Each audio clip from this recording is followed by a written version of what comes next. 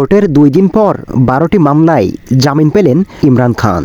12টি মামলার জন্য 1 লাখ রুপির সহিংসতা সম্পর্কিত এফআইআর উল্লেখিত অভিযোগ অস্বীকার করেছিল। ভোটের 2 দিন পর 12টি মামলায় জামিন পেলেন সাবেক প্রধানমন্ত্রী ইমরান খান।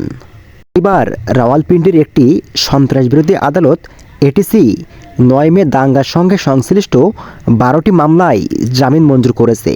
খবর এক্সপ্রেস ট্রিবিউন। ইমরান খানকে যে মামলাগুলোতে জামিন দেওয়া হয়েছে তার মধ্যে সেনা সদর দপ্তর ও সেনা জাদুঘরে হামলা সংক্রান্ত মামলাও রয়েছে। জামিনপ্রাপ্ত 12টি মামলার জন্য 1 লাখ রুপির মুচলেকার স্বাক্ষরের আদেশ দিয়েছে আদালত। জামিন আবেদনের শুনানি করেন এটিসির বিচারক মালিক এজাজ আসিফ।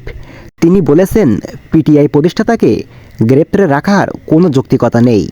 ইমরান খানের বিরুদ্ধে 9 মে সহিংসতা সম্পর্কিত একাধিক মামলার দায়ের করা হয়। পরে দুর্নীতি মামলা গ্রেপ্তার হওয়ার পর এই সহিংসতা দেশ জুড়ে ছড়িয়ে পড়ে।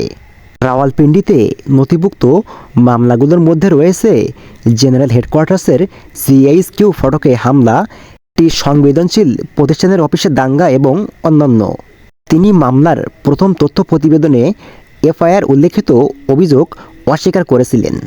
গত বছরের জুলাই মাসে একটি উচ্চ স্তরের যৌথ তদন্ত দল জেআইটি 9 মে সহিংসতার সঙ্গে সম্পর্কিত ঘটনায় তদন্ত করে জিএইচকিউতে হামলাসহ 2টি সন্ত্রাসবাদের হামলায় সাবেক প্রধানমন্ত্রী ইমরান খানকে মনোনীত করার সিদ্ধান্ত নিয়েছিল।